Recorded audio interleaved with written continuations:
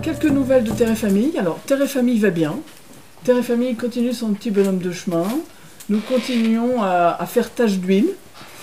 Nous avons la chance d'avoir quelqu'un qui s'occupe de notre page Facebook avec Tonus.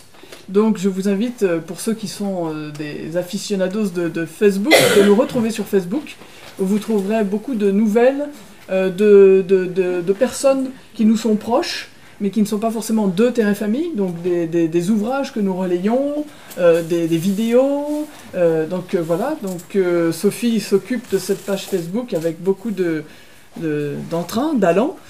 Et puis nous avons la chance d'avoir avec nous deux abbés, Monsieur le chanoine Tronchesec, qui vit avec nous à Briand, va célébrer la messe, une grand-messe demain à 10h à Briand.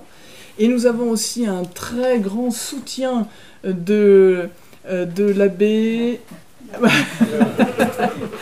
de l'abbé Turpot, qui célèbre la messe demain à la chapelle Sainte-Marguerite-Marie à la Coque à 10h également. Donc voilà, nous sommes dans une belle région avec beaucoup de chance, l'embarras du choix. Et puis nous rappelons également que nous disons le chapelet tous les premiers vendredis de chaque mois à Briand et tous les vendredis du mois d'octobre et du mois de mai. Voilà, maintenant je laisse Elisabeth de Malray présenter notre invitée. Succinctement, mais donc merci beaucoup Marion d'être parmi nous. Vous avez écrit ce livre-là que vous pourrez acheter à la fin de la conférence. Vous pourrez faire des dédicaces. Oui, bien sûr. Et avant de revenir vers vous, vous avez la chance et nous avons l'honneur d'avoir plusieurs écrivains aujourd'hui dont les ouvrages se trouvent au fond de la pièce. Vous avez Stéphanie, vous avez aussi le professeur Martin, et puis Martine Chifflot qui a quelques livres avec elle. Et c'est tout, hein. C'est déjà beaucoup. Voilà, c'est ça. Donc vous êtes docteur en anthropologie, et vous allez nous expliquer un peu ce que ça recouvre. Et puis vous êtes une mère de famille, donc on vous remercie beaucoup d'être venue avec votre famille. Surtout que vous attendez un bébé, il paraît. Donc on est vraiment très touchés que vous veniez jusqu'à nous, de si loin, pour nous expliquer toutes les méandres du bouddhisme. Je vous remercie beaucoup. Merci de m'avoir invitée. Merci d'être là. Alors, je vais tout d'abord faire une petite mise au point sur le titre de ma conférence, Le bouddhisme, une invention anti-chrétienne. Il ne s'agit pas bien sûr de dire que le bouddhisme tel qu'il a été, tel qu'il est né en Inde 5 siècles avant Jésus-Christ, est une invention anti-chrétienne. Ça n'aurait pas de sens, mais simplement de dire que le bouddhisme tel qu'on le présente en Occident, tel qu'il existe en Occident, est en bonne partie, en effet, une invention anti-chrétienne. Ça, je vais l'expliquer. Une petite mise au point aussi sur mon propre parcours. Elisabeth mentionnait l'anthropologie. Alors l'anthropologie, c'est en fait l'étude de l'être humain et particulièrement de ses différentes cultures.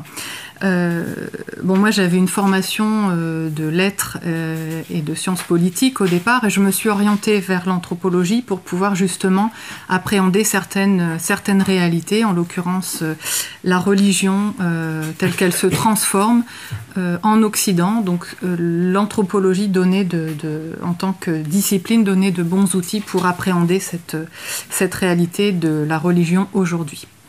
Voilà quelques mots. Et comment j'en suis venue à cette étude sur le bouddhisme en particulier, c'est simplement un petit peu le fruit du hasard, c'est-à-dire que j'avais lu, comme beaucoup de gens aujourd'hui, des livres sur le bouddhisme et la méditation, tels qu'ils sont présentés dans les librairies, dans les médias, dans les journaux, à la télé. On nous présente le bouddhisme comme n'étant pas une religion, comme étant une philosophie qui aide les gens à se sentir mieux dans leur peau. On présente la méditation comme une technique de mieux-être, une technique anti-stress. Aujourd'hui, c'est diffusé partout, même dans les entreprises. Aux États-Unis, l'armée américaine enseigne des techniques de méditation, peut-être pour mieux tirer sur l'adversaire, je ne sais pas trop. En tout cas, c'est aujourd'hui à toutes les sauces et on ne sait pas exactement ce que c'est finalement que la méditation. Donc j'avais lu, comme beaucoup de gens, des livres et je me suis dit, allons voir un petit peu plus loin. Parce que dans ces livres, souvent on vous dit, il faut trouver un maître. Donc on vous dit, apprenez la méditation, c'est pas une religion, le bouddhisme n'est pas une religion, mais il faut quand même aller trouver un maître dans un centre pour qu'il vous enseigne vraiment cette technique et qui vous enseigne ce que c'est que le bouddhisme. Donc c'est ce que j'ai fait il y a maintenant une dizaine d'années. Et je me suis orientée vers un centre bouddhiste tibétain, puisque ce sont aujourd'hui les Tibétains qui sont les plus actifs parmi les religieux asiatiques à diffuser le bouddhisme.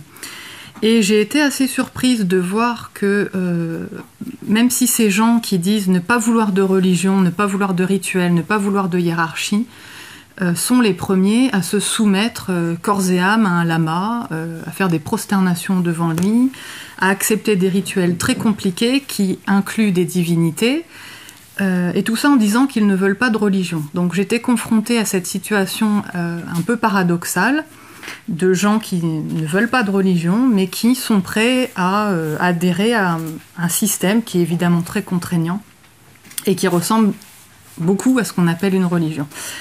Donc la première étude que j'ai faite, que j'ai un petit peu simplifiée pour le livre que vous avez vu, c'est ma thèse de doctorat, qui est en fait une enquête de terrain dans un centre bouddhiste particulier, qui est un réseau international dirigé par un enseignant bouddhiste tibétain qui aujourd'hui s'est retiré de son réseau pour des questions d'abus sexuels et d'autres controverses. Ça fait 30 ans que ce groupe existe. Il y a toujours eu des rumeurs, il y a toujours eu des problèmes, mais c'est seulement après avoir que des journalistes, que des anciens étudiants, et puis le livre que j'ai publié, ça a créé un élan, et les langues se sont déliées. Et finalement, il y a eu une espèce de... Les proches de ce maître se sont rebellés contre le maître et l'ont dénoncé publiquement. Et le Dalai Lama lui-même est même intervenu. Mathieu Ricard a dû faire que vous connaissez certainement, a dû faire aussi une explication, donner une explication. Enfin bref, j'ai étudié ce groupe, et le livre que vous avez là-bas, c'est cette enquête que j'ai menée dans ces réseaux. Alors à présent, ce que je fais, c'est de remonter 100 ans en arrière pour essayer de comprendre d'où vient cette image du bouddhisme comme n'étant pas une religion. Puisqu'on a affaire en fait aujourd'hui à un malentendu culturel, c'est-à-dire qu'on présente ce bouddhisme comme étant quelque chose, un outil de développement personnel qui n'inclurait aucune croyance, aucune pratique religieuse. Et ce que les Asiatiques, les maîtres asiatiques, ont à offrir effectivement comme tradition. Donc on a vraiment un malentendu entre l'offre et la demande, si vous voulez. Il y a une demande d'une spiritualité de substitution au christianisme qui serait en fait l'inverse du christianisme. Il n'y aurait pas de Dieu créateur, il n'y aurait pas de sauveur, il n'y aurait pas de rite, il n'y aurait pas toutes ces choses-là. Et ce que les maîtres asiatiques ont à proposer, qui est aux antipodes de l'idée que se font les Occidentaux. Donc en remontant 100 ans en arrière, donc au 19e siècle, on se rend compte, enfin un peu plus de 100 ans, on se rend compte que le bouddhisme tel qu'on le comprend aujourd'hui est une pure création d'un groupe d'intellectuels anticléricaux qui avaient vraiment l'intention non seulement d'étudier les textes bouddhiques qu'ils ont découverts à cette époque-là, essayer de les comprendre, mais aussi, à partir de ces textes, de créer une nouvelle doctrine qui serait une sorte de religion laïque, une sorte de religion idéale qu'on pourrait substituer au christianisme. Alors, comme porte d'entrée pour cette étude, je prends le personnage d'Alexandra David-Néel, que vous connaissez certainement, qui est cette exploratrice écrivain française, qui a été la première femme occidentale à entrer à Lhasa en 1924 et qui s'est fait connaître pour cet exploit et qui a ensuite écrit beaucoup de livres de vulgarisation de toutes sortes, livres de vulgarisation de la doctrine bouddhique, des récits de voyage, des récits un peu ethnographiques sur le Tibet. Et cet écrivain, cette exploratrice, qui a vécu 100 ans, a connu un siècle de réinvention du bouddhisme. C'est-à-dire qu'on la suit de la fin du 19e siècle jusque dans les années 1960, et on voit à travers l'étude de son personnage la manière dont le bouddhisme a complètement été réinventé en Occident. Alors je ne vais pas vous parler spécifiquement d'Alexandra Davinel, si vous voulez en savoir un peu plus, on pourra en rediscuter un peu plus tard, mais je vais m'attacher à cette question de la création du bouddhisme au XIXe siècle comme une religion ou une doctrine de substitution au christianisme. Alors tout d'abord, on va revenir sur le discours actuel sur le bouddhisme, tel qu'il est présenté en général au grand public. Donc en fait, c'est une série de contre-vérités, c'est un portrait stéréotypé dont on peut retenir 3 contre-vérités principales. La première, c'est que le bouddhisme n'est pas une religion. La deuxième, c'est que le Bouddha n'est pas un être surnaturel, mais un simple philosophe. Et la troisième, c'est que le bouddhisme, sa pratique principale, c'est la méditation. Et la méditation n'a rien de religieux, peut être appliquée, peut être pratiquée par tout le monde dans n'importe quel contexte et aurait des effets sur le cerveau, des effets bénéfiques. Alors, ce sont 3 contre-vérités que je vais vous expliquer pourquoi ces idées sont fausses. Alors la première, le bouddhisme n'est pas une religion. Alors, on présente aujourd'hui le bouddhisme de manière assez ambiguë, puisqu'on ne sait pas trop le présenter. On dit que c'est une philosophie, certains disent un mode de vie, une sagesse, sauf qu'il y a quand même des textes liturgiques, il y a des rituels très compliqués, qui incluent des divinités, il y a des communautés monastiques, évidemment, il y a des hiérarchies, il y a la croyance en un au-delà de la mort, donc le samsara, le cycle des renaissances, le cycle des morts et des renaissances. Il y a donc je l'ai dit, des divinités et des êtres surnaturels. Il y a 6 royaumes d'êtres, donc 6 catégories d'êtres vivants. Il y a aussi une croyance dans les enfers, différents enfers et différents paradis, alors qui sont différents de l'enfer et du paradis chrétien, dans la mesure où ils ne durent pas. C'est-à-dire que les êtres qui vont en enfer ou dans un paradis, c'est seulement pour une période donnée. Ils se réincarnent ensuite en autre chose et vont dans un autre monde. Mais malgré tout, il y a ces paradis et ces enfers. Il y a aussi, malgré ce que disent les gens qui font la promotion du bouddhisme, des êtres qui sont capables de sauver les autres êtres et qu'on peut prier pour leur demander d'être sauvés, d'atteindre l'éveil ou même d'obtenir des avantages, soit spirituels, soit même matériels. Éviter par exemple des accidents ou guérir de maladies, etc. Alors déjà, on voit que ça fait quand même beaucoup d'éléments qui ressemblent fort à ce qu'on appelle en Occident une religion. Ensuite, on présente souvent le bouddhisme comme étant conforme à la science. Alors il faut savoir que ça fait depuis en effet le 19e siècle, la moitié du 19e siècle, qu'on dit que le bouddhisme est en conformité avec la science. Sauf que en 150 ans, 200 ans, les définitions de la science et les définitions du bouddhisme ont évolué. Donc on parle de 2 choses qui ne sont jamais les mêmes, mais bizarrement elles sont toujours en rapport, en correspondance, en adéquation l'une avec l'autre. Donc il faut choisir. Soit le bouddhisme est conforme à la science mécanique, ou alors elle est conforme à la science quantique, mais ça ne peut pas être les deux. Par exemple, pour vous donner une idée du caractère hétéroclite des arguments que l'on donne en faveur de cette conformité du bouddhisme avec la science, j'ai trouvé dans un texte du 19e siècle du premier spécialiste de la langue japonaise en France qui s'appelle Léon de Rosny, un texte où il dit que le bouddhisme est tout à fait scientifique puisqu'il postule l'existence de mondes multiples, donc d'extraterrestres et d'êtres qui ne sont pas des êtres humains. Et il dit c'est scientifique parce que tel physicien de l'époque certifiait que le Soleil avait des habitants. Donc les arguments en faveur de la scientificité ou rationalité du bouddhisme, on voit qu'ils sont nombreux à ne pas tenir la route, et en tout cas ils évoluent sans cesse en fonction de ce qu'on appelle la science à un moment donné. Alors, j'ajoute aussi comme argument contre la scientificité du bouddhisme, s'il en fallait, le dogme, la croyance fondamentale du bouddhisme en l'absence d'âme, en l'absence de personnalité et de principes qui dureraient dans l'être humain. Selon les bouddhistes, il n'y a rien qui, dans un être humain ou dans n'importe quel être vivant, dure. Tout est composé, tout est hétéroclite. Et tout est soumis à la transformation. Il n'y a jamais rien qui dure dans un être, selon le bouddhisme. Mais on sait très bien, avec la génétique, que nous avons tous un ADN qui est unique et qui existe depuis la conception de l'être humain ou de l'animal, peu importe, jusqu'à sa mort. Donc il y a bien quelque chose qui dure dans un être humain. Et là, sur ce plan, le bouddhisme a tort. Mais c'est un argument qu'on n'entend évidemment jamais. Il y a l'iris aussi et l'empreinte digitale qui montrent bien que même d'un point de vue physique et matérialiste même, il y a quand même dans l'être humain ou dans l'être vivant quelque chose qui le distingue et qui dure. Et ça, le bouddhisme ne le pense pas. Parce qu'il repose sur une conception ancienne. On n'avait pas évidemment accès à la génétique.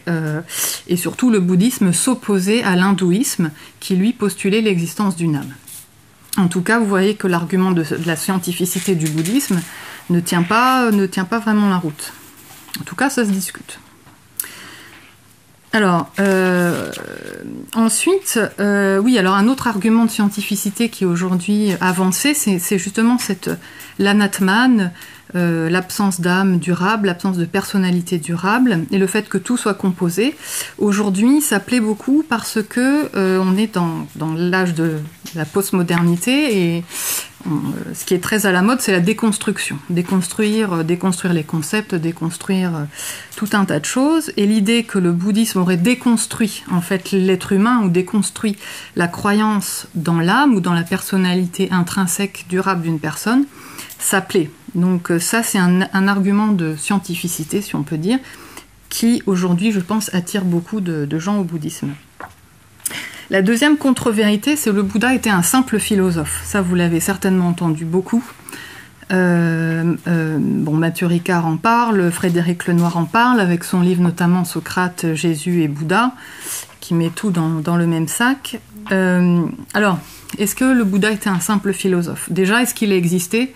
On ne sait pas vraiment. C'est-à-dire que les textes qu'on a sur le Bouddha sont des textes légendaires ou semi-légendaires. On ne sait pas s'il y a vraiment eu un prince Siddhartha Gautama à telle époque. Enfin, le récit de sa vie est un récit qui comporte beaucoup de surnaturel, beaucoup d'éléments magiques, et surtout on n'a pas de traces historiques à part ça de son existence. Alors il y a bien sûr les reliquaires, les stupas, qui ont été après sa mort implantés sur le territoire pour marquer la présence du Bouddha sur le territoire, mais on ne peut pas vérifier si ces reliques sont bien celles du Bouddha. Donc déjà, le Bouddha a-t-il vraiment existé ? On n'en est pas tout à fait sûr.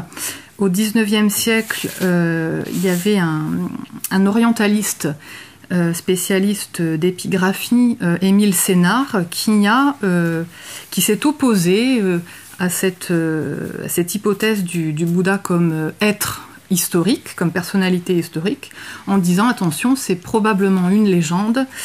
Et il rattache cette légende aux histoires populaires qu'il y avait en Inde à cette époque-là, et notamment l'histoire de Krishna. Donc il fait des parallèles entre le Bouddha et Krishna, cette divinité hindoue. Alors peut-être que le Bouddha, ce prince, a existé, c'est possible, mais il faudrait... pour l'instant, on ne peut pas vraiment le savoir aujourd'hui. Et est-ce que c'était un philosophe ? Alors d'abord, il n'a jamais rien écrit, donc c'est difficile peut-être de lui appliquer ce terme, puisqu'on n'a pas, ses écrits, on n'a pas ses paroles telles qu'il les a dites, parce qu'il faut savoir que les premiers textes bouddhiques apparaissent 4 siècles après sa mort. Donc il y a eu une transmission orale pendant 4 siècles, et ensuite seulement on les a mis par écrit. Donc il est difficile de vraiment pouvoir évaluer quel est vraiment son enseignement exact, personnel. Et puis le terme de Bouddha est un terme qui ne désigne pas simplement une personne. Ce terme veut dire éveillé. Et il désigne aussi l'esprit d'éveil, c'est-à-dire la capacité de chaque être à sortir du samsara.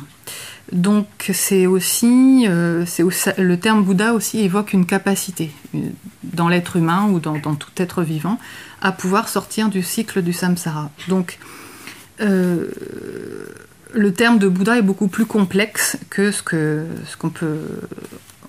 qu'on dit généralement. De plus, il existe dans de très nombreux textes du Mahayana. Le Mahayana, c'est un courant, un mouvement qui a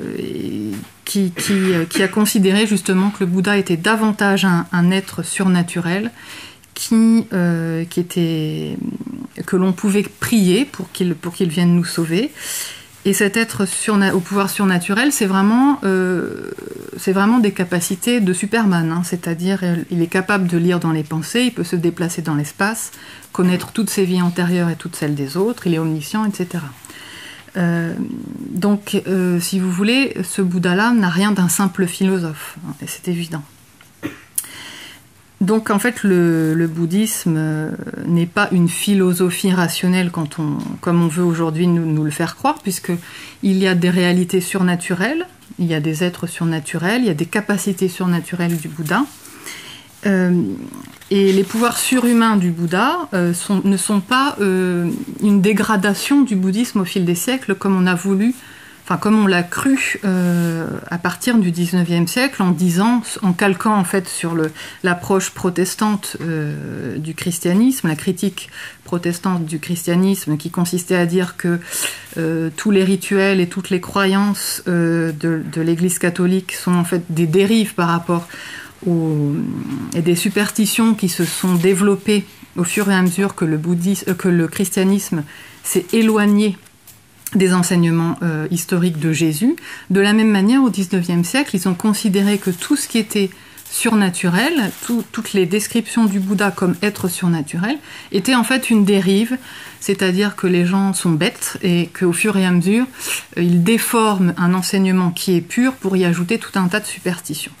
Mais ça, c'est complètement faux, puisqu'on trouve des sutras, donc des propos attribués au Bouddha,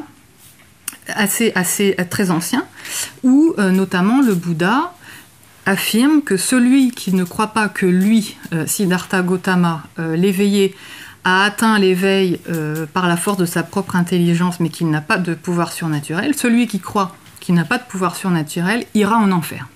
Voilà ce qu'a dit, ou ce qu'aurait dit le Bouddha. Mais on retient généralement, le Bouddha a dit, ne croyez que ce que vous voyez, ou ce que votre intelligence vous dit, etc.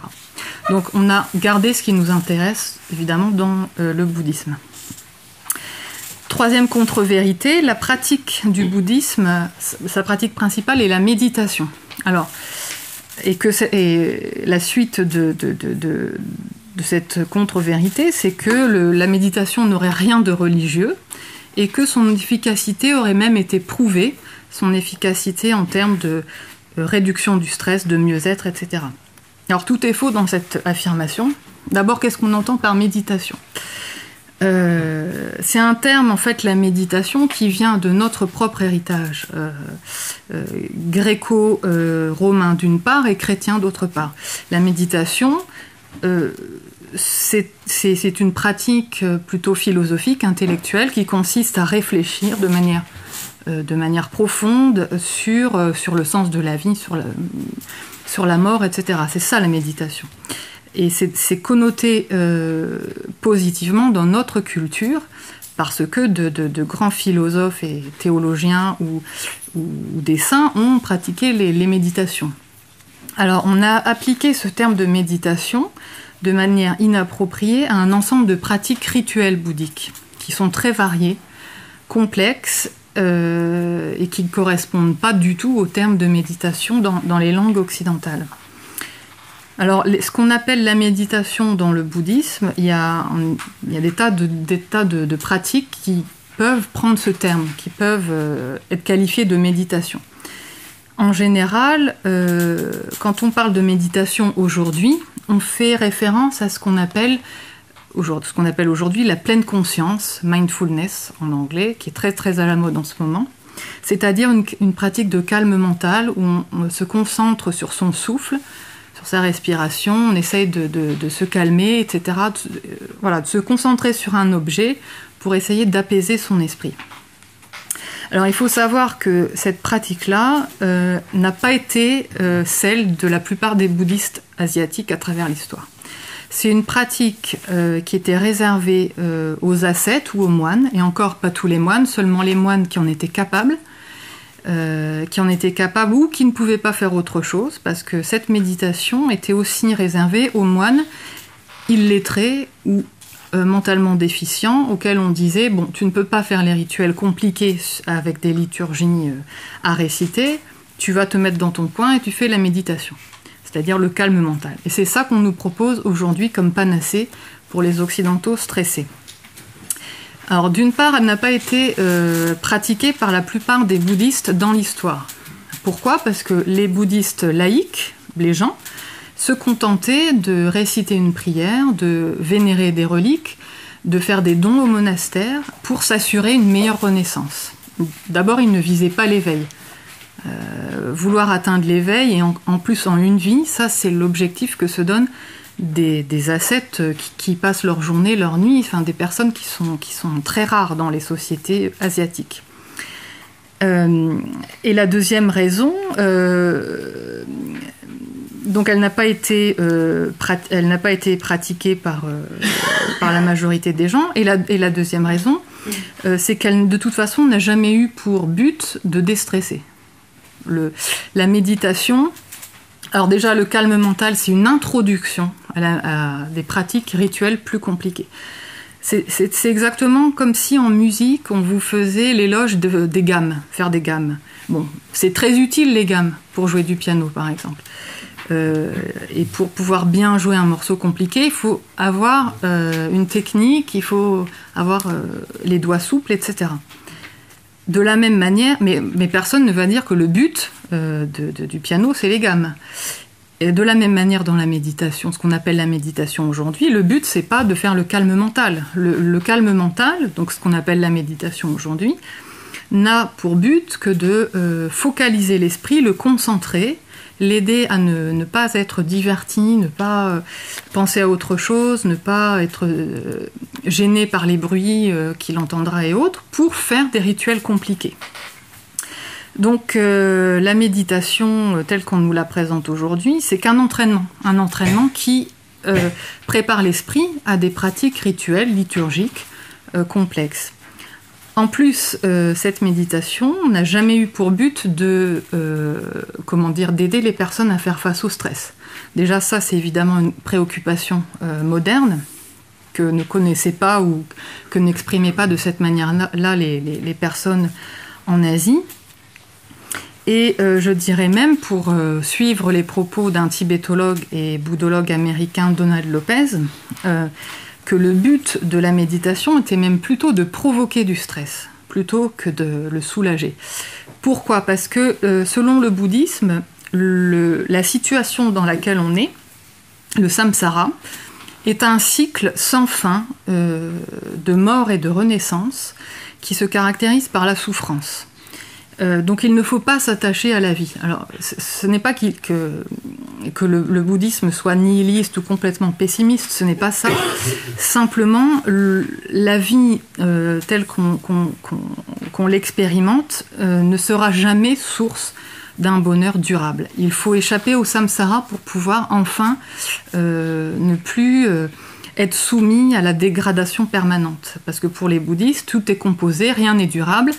Et même un plaisir, une joie est finalement négative parce qu'elle est appelée à se dissoudre, à disparaître. Donc le but est de sortir du samsara. Et les rituels, les pratiques méditatives, enfin dites méditatives, les rituels et les réflexions que se faisaient les moines et les pratiquants ont pour but de susciter un sentiment d'urgence pour le pratiquant, pour qu'il se dise « ce monde n'est pas satisfaisant, je dois vite sortir du samsara ». Et c'est urgent, c'est-à-dire la maison brûle, pour reprendre l'image qui est développée dans le fameux Sutra du Lotus, où le Bouddha explique que la maison est en feu, mais les enfants inconscients qui sont à l'intérieur, donc qui sont nous les êtres humains non éveillés, continuent à jouer dans cette maison en feu. Et le Bouddha leur dit, et trouve des stratagèmes pour les aider à sortir de cette maison. Donc si vous voulez, le but des méditations, le but des réflexions et le but des rituels, c'est de s'efforcer d'essayer de sortir au plus vite du samsara.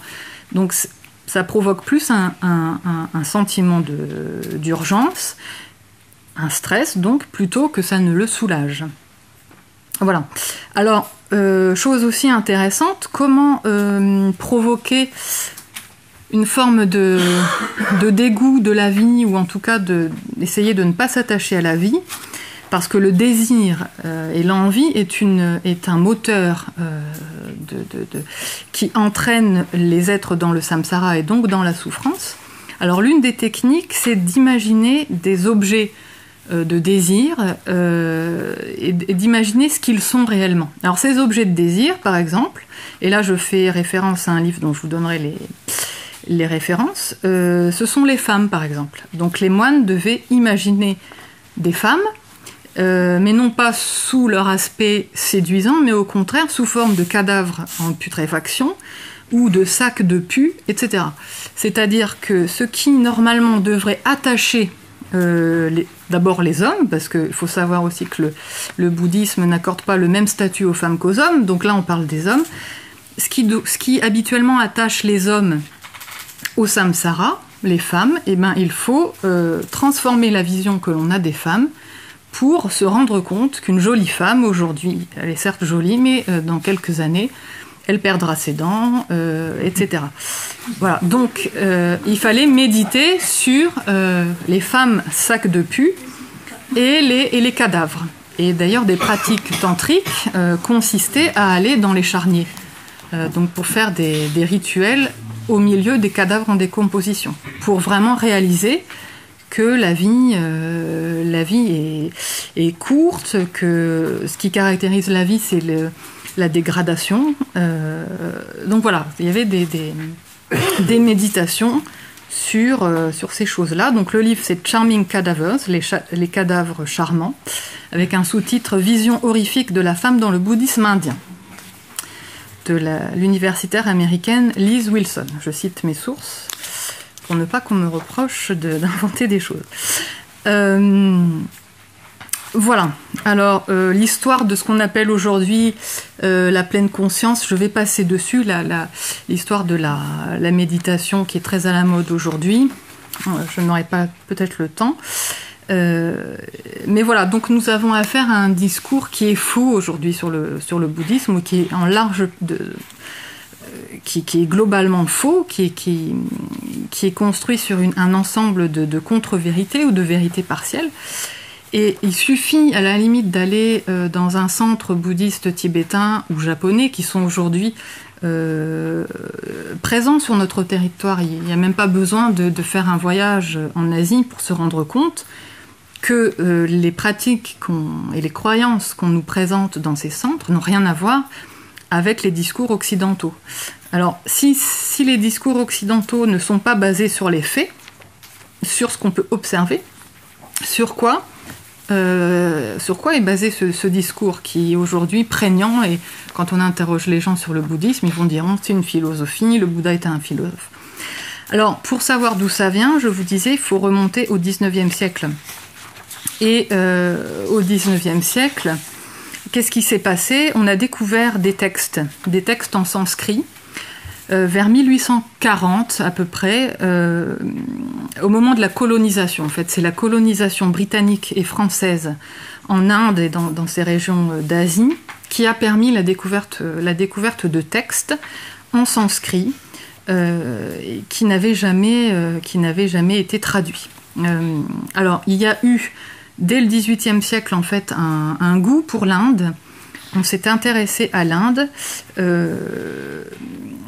s'est intéressé à ses traditions littéraires et philosophiques. La discipline de l'étude du sanskrit s'est développée. Et puis, en 1844, on a trouvé au Népal des textes en sanskrit qui parlaient du Bouddha et qui n'avaient jamais été connus. Et ces textes ont été envoyés dans les sociétés savantes de l'époque, en Angleterre et en France surtout, aussi en Allemagne, pour qu'ils soient déchiffrés et commentés par les érudits. Ces érudits-là, c'était des linguistes, c'était des philologues, c'était des spécialistes de langues anciennes, souvent latin, grec et ensuite sanskrit, qui ont appliqué leur méthode, c'est-à-dire l'étude de textes.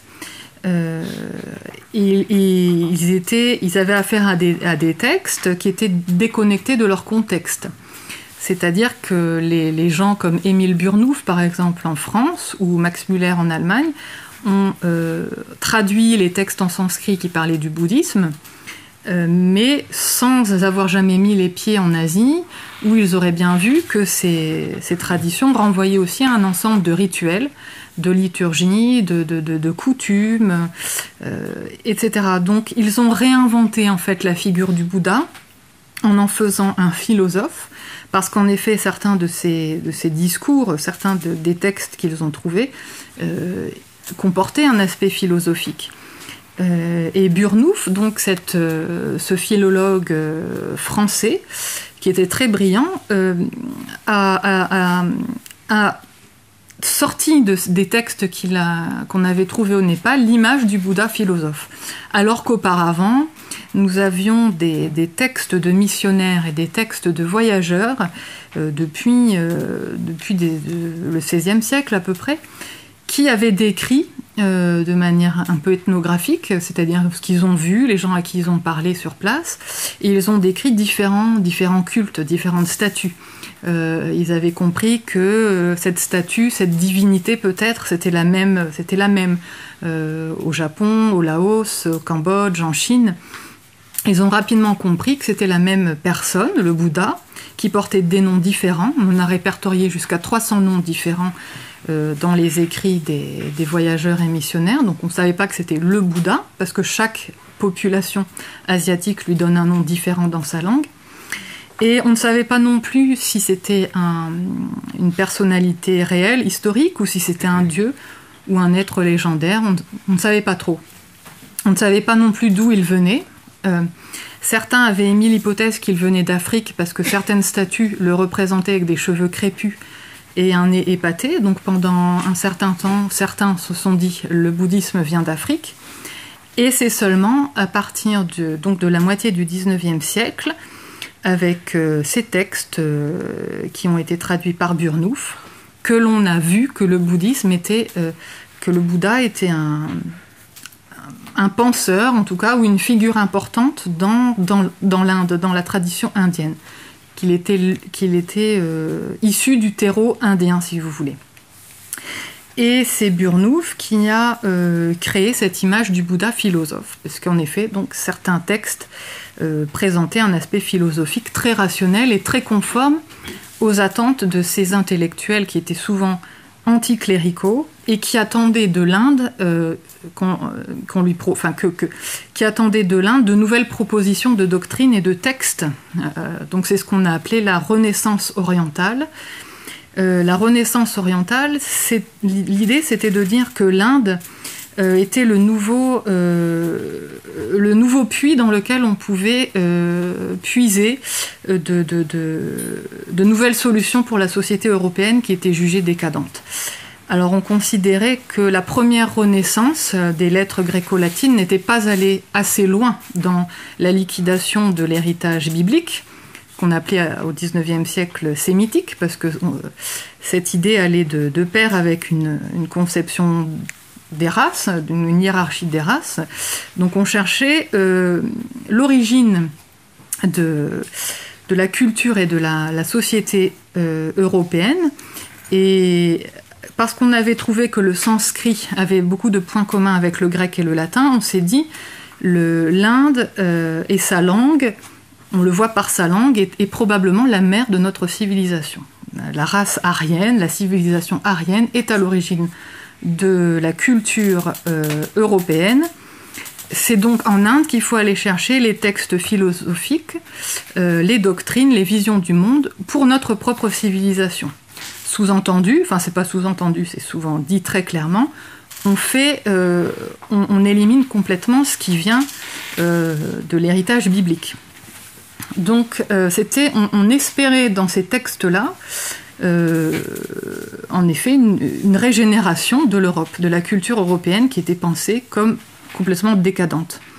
Donc si vous voulez, les chercheurs, les philologues européens de cette époque qui se sont penchés sur les textes bouddhistes, mais pas seulement, sur le Vedanta, aussi sur l'hindouisme, sur ces textes en sanskrit, ne le faisaient pas simplement par curiosité intellectuelle, mais étaient animés par une ambition, par un désir qui est polémique, qui est idéologique, qui était de trouver les racines de l'Europe, les racines véritables de l'Europe, qui ne sont pas chrétiennes. Donc voilà le contexte dans lequel on a réécrit et réinventé l'histoire du Bouddha. Alors quand on a trouvé des textes, des sutras qui n'étaient pas conformes en fait au matérialisme, à la vision du monde matérialiste qu'on cherchait dans ces textes comme étant la vérité, eh bien on a simplement dit que c'était des sutras secondaires, des sutras complexes qui s'étaient développés plus tard, parce que comme je vous l'ai dit, les gens rajoutent des croyances idiotes au fur et à mesure du temps, et la pensée originelle du Bouddha a été pervertie. Donc ce sont ces chercheurs du XIXe siècle, en particulier Burnouf, qui ont établi l'idée selon laquelle le Bouddha était un philosophe. Sa philosophie était très rationnelle, c'est-à-dire en fait matérialiste. Et tout ce qui n'est pas conforme à cette vision-là, c'est simplement une dégradation du bouddhisme qui est intervenue au fur et à mesure du temps. Alors, quand on regarde en effet ce qui est dit à partir de cette époque-là sur le Bouddha, on voit que c'est exactement l'inverse de ce qui est dit sur Jésus, en fait. C'est-à-dire, c'est un philosophe et non pas il n'a rien de divin. Ce n'est pas un sauveur, il incite simplement les gens à se sauver eux-mêmes. Comme je vous l'ai dit dans ma première partie, c'est faux, puisqu'on peut demander au Bouddha ou à des bodhisattvas de venir nous sauver. On présente toujours le bouddhisme comme étant rationnel. En fait, ce qu'on entend par là, c'est qu'il n'y a pas de surnaturel. Comme je l'ai dit, c'est faux, il y a des êtres surnaturels, le Bouddha a des pouvoirs surnaturels, etc. Et ce qui a plu aussi, c'est qu'il n'y a en effet pas de Dieu créateur dans le bouddhisme. Le Bouddha ne s'intéresse pas à l'origine du monde. Il s'intéresse surtout à la souffrance et comment sortir de la souffrance. Et tous ces arguments-là, certains sont vrais, comme l'absence de Dieu dans le bouddhisme, certains sont faux, comme l'histoire du Bouddha strictement philosophe. Mais en tout cas, on a rassemblé tous les éléments de description du Bouddha et du bouddhisme pour en faire l'inverse exact du christianisme. Et en fait, en regardant un petit peu les revues de l'époque, la moitié du 19e siècle, la fin du 19e siècle aussi, des revues de philosophie par exemple, ou des revues d'histoire des religions, on remarque que le bouddhisme, tout le monde en parle. Et il y a, comme vous le savez, le musée Guimet à Paris, donc, qui a été fondé en 1888, donc qui voulait un petit peu mettre en scène et présenter les objets de culte des bouddhistes asiatiques, a même, à un moment donné, à partir de 1891, organisé des cérémonies bouddhiques, donc en fait des rituels qui ont été parfois qualifiés de messes bouddhistes, pour présenter le bouddhisme tel qu'il est pratiqué par les Asiatiques aux Parisiens. Et Clémenceau, Ferry et des personnalités importantes du monde politique, intellectuel parisien de l'époque assistaient à ces cérémonies. et se disait souvent bouddhiste. Et quand il se disait bouddhiste, en fait, il voulait surtout dire anticléricaux, matérialistes, etc. Donc c'est vraiment à partir de ce moment-là que l'on a créé ce Bouddha matérialiste qui est devenu le fer de lance de ces intellectuels anticléricaux qui cherchaient à remplacer le christianisme par autre chose, pas par l'hindouisme. On n'a pas choisi l'hindouisme parce que dans l'hindouisme, il y a malgré tout une divinité dont émanent tous les êtres et auquel retournent tous les êtres. Et il y a aussi l'idée que chaque personne a une âme immortelle. Et ça, le bouddhisme n'est pas d'accord, et proposait une vision quand même plus matérialiste. Ça a été réinterprété de façon matérialiste par ces auteurs, et on en a fait vraiment une nouvelle religion laïque pour les anticléricaux de cette période, souvent des francs-maçons d'ailleurs. C'était le cas d'Alexandra David-Néel. Alexandra David-Néel, qui est aujourd'hui présentée souvent comme une personnalité spirituelle de haut niveau, etc., était au départ catholique. Ensuite, elle est devenue protestante, très rapidement dans sa jeunesse. Ensuite, elle est devenue théosophe, donc une société ésotérique très influente au XIXe siècle. Et puis, petit à petit, elle s'est dite bouddhiste. Et en fait, ce qu'elle mettait dans son bouddhisme, c'est une espèce de socialisme et de matérialisme. Et il suffit de lire les écrits philosophiques qui sont publiés aujourd'hui. Par exemple, Pour la vie, son texte Pour la vie est un manifeste matérialiste et anarchiste. Et ce qu'elle appelle le bouddhisme, c'est ça, c'est une vision complètement matérialiste de l'être humain, qui ne correspond absolument pas à ce qu'est le bouddhisme pour les Asiatiques, qui eux considèrent qu'il y a un esprit, que l'esprit n'est pas réductible à la matière et qu'il survit après la mort des personnes sous une forme un peu compliquée dans le bouddhisme qui parle de continuum de conscience. C'est pas une âme à proprement parler. Bon, les choses ne sont pas toujours évidentes pour le bouddhisme. Mais enfin, on a fait du bouddhisme une espèce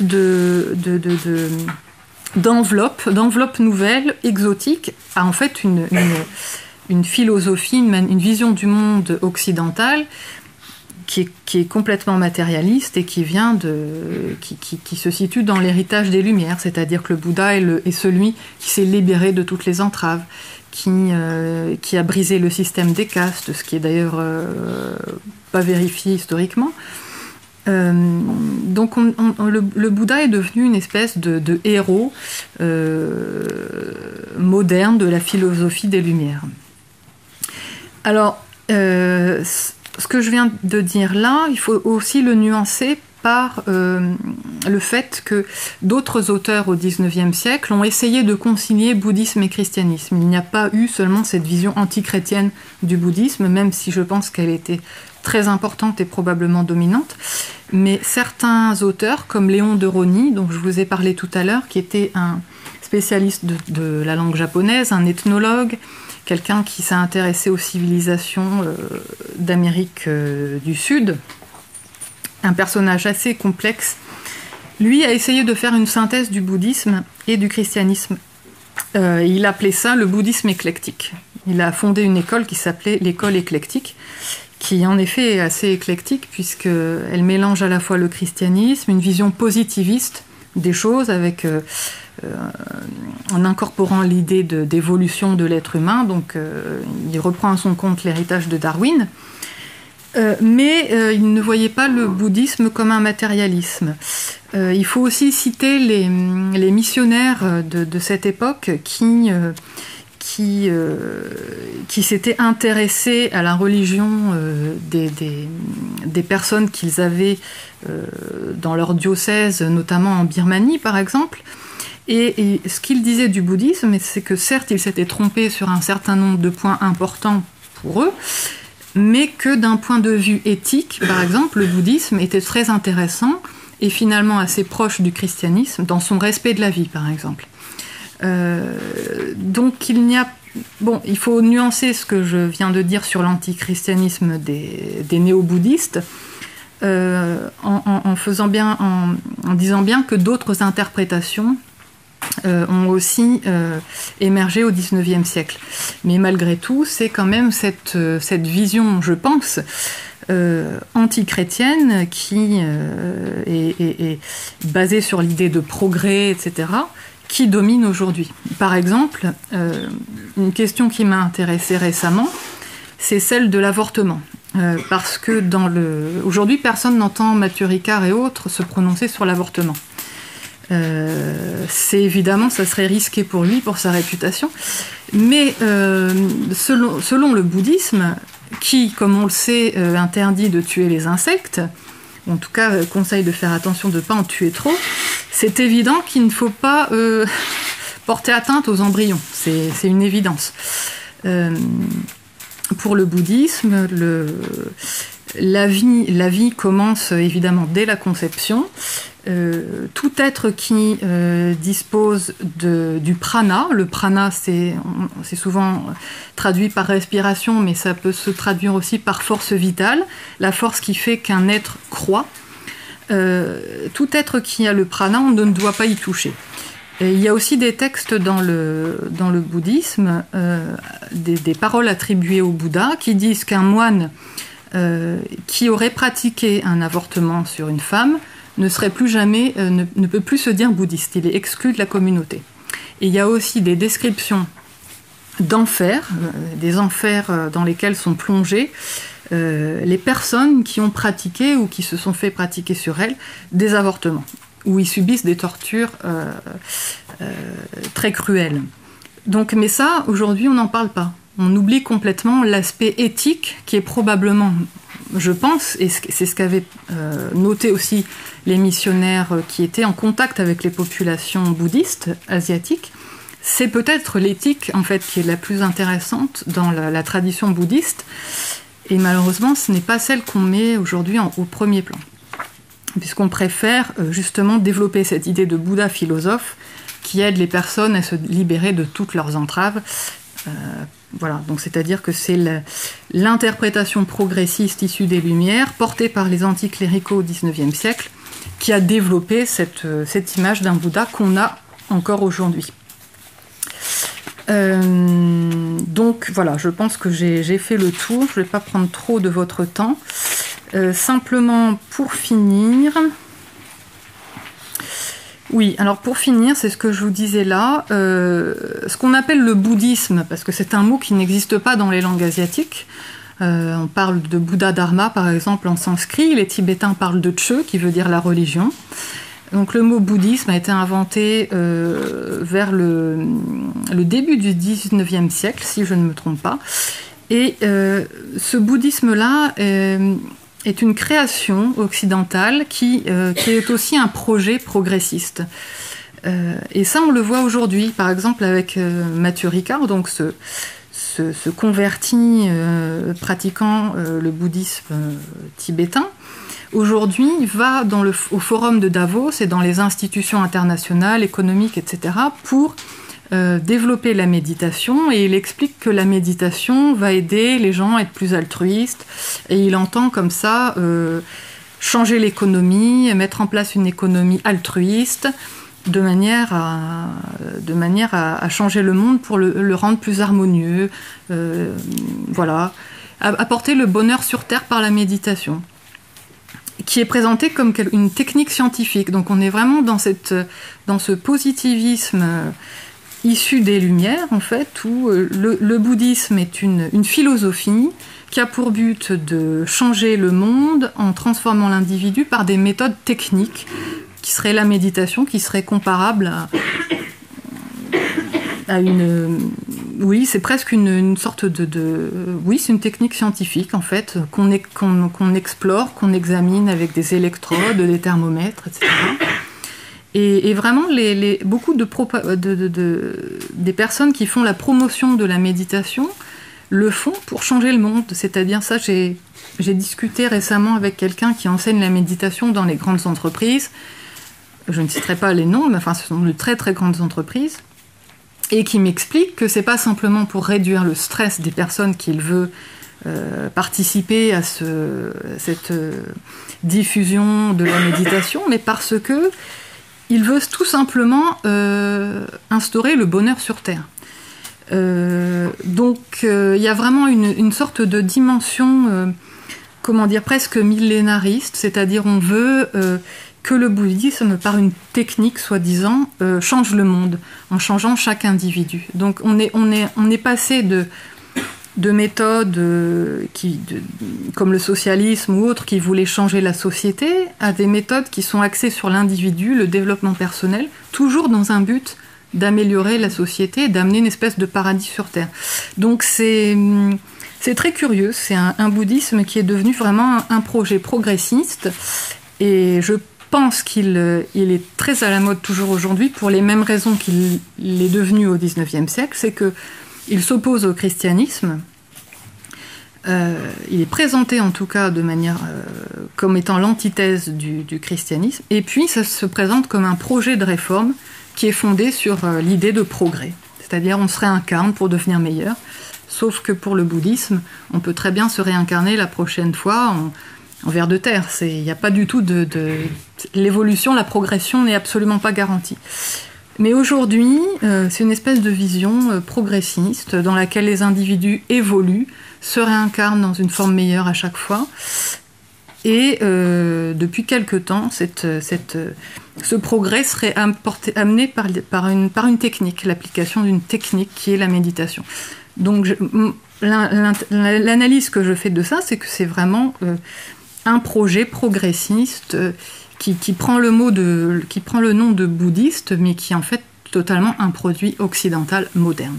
Voilà, si c'est clair, j'espère que ça l'est, mais vous pouvez me poser des questions si vous le souhaitez. Voilà.